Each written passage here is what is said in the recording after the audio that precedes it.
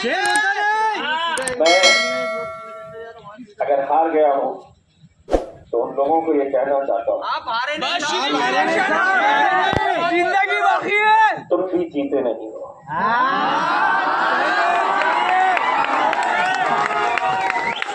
तुम जिंदगी भर जब भी कभी ईमानदारी के साथ अपने दिल पर हाथ रखेंगे तो जिंदगी भर तुम्हें ये दर्द सताएगा कि इस शहर से मुसलमानों की क़यादत खत्म करने में मेरा भी हाथ था। ये गुनाह लेकर तुम जिंदगी भर जिए। अगर तुम्हारा ज़मीर जिंदा है तो तुम्हें ये एहसास बार बार होता रहेगा। आज इम्तियाज जलील अगर हारा है तो शायद तुम इस बात की खुशी मना रहे होगे। मैं जो चाहता था, इम्तियाज जलील यहाँ से नहीं जीतना चाहिए,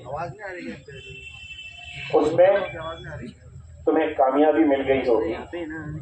लेकिन एक बात कहना चाहता हूँ, संदीपान भुमरे जीतने के बाद भी इतनी सारी मोहब्बत वो लोगों की नहीं पा सकता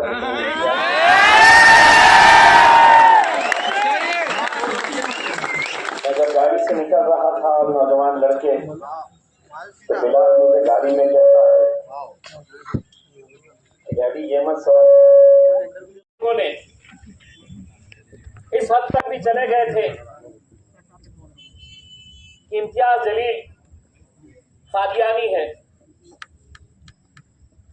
यहां तक इल्जाम मैंने बर्दाश्त किया था,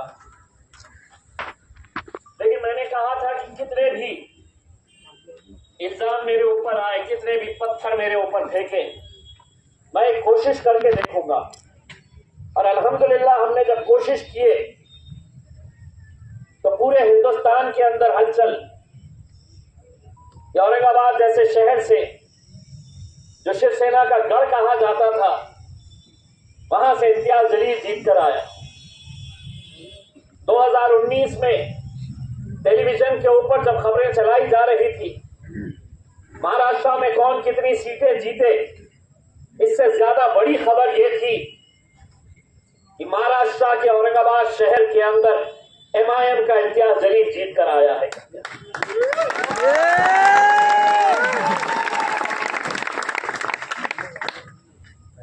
10 साल आपने देखा, पूरी ईमानदारी के साथ हमने काम किए।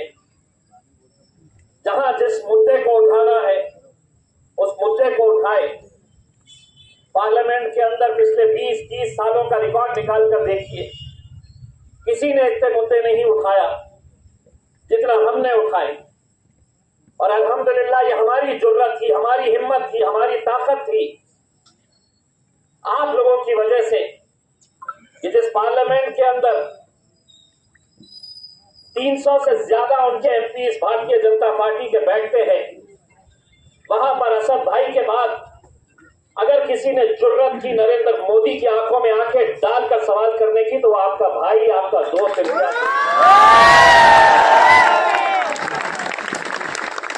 अभी कुछ दिन पहले जब उत्तर प्रदेश का योगी आदित्यनाथ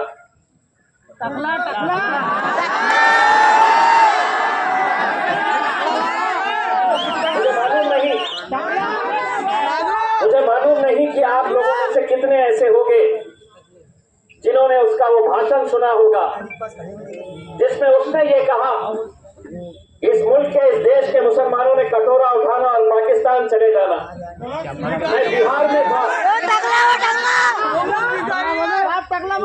मैं बिहार में था, और मैं एक सभा के लिए जा रहा था। किसी ने मुझे व्हाट्सएप के ऊपर वो भेजा और वो सुनने के बाद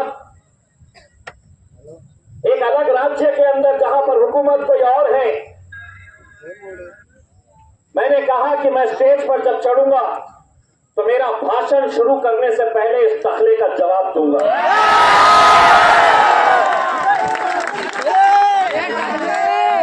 आज अगर आप सोचेंगे, मुझे मुझे ये बताइए कि हिंदुस्तान के अंदर ऐसा कौन सा नेता है जो इस तरह की भाषा के अंदर उसको जवाब देगा।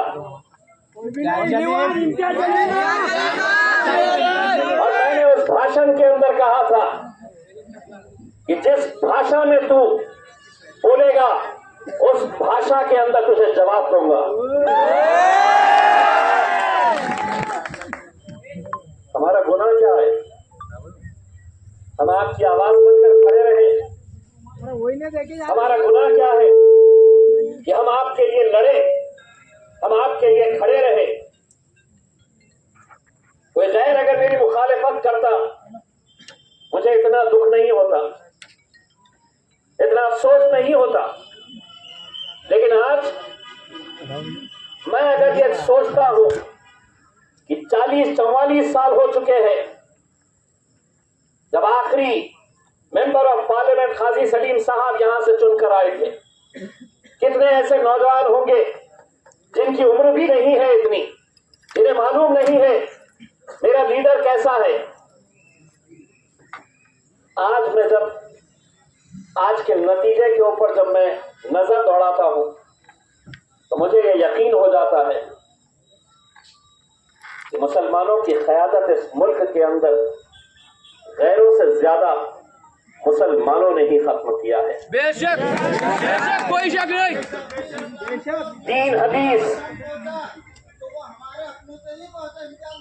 3 हदीस की बातें करने वाले अपनों ने ही लूटा। कौम और मिल्लत